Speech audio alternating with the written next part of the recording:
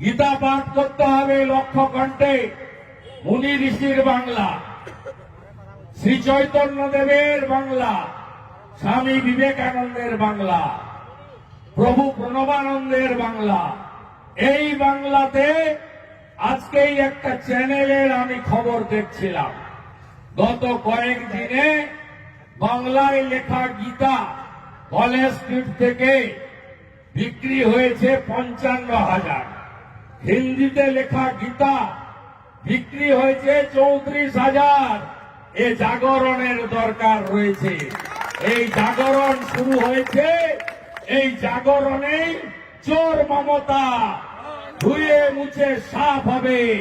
আর যেখানে মমতার নাম আসবে, আগে চোর বলবেন, মাঝে মমতা, পরে চোর বলবেন। ট্যাগলাইন হলো চোর মমতা, চোর মমতা।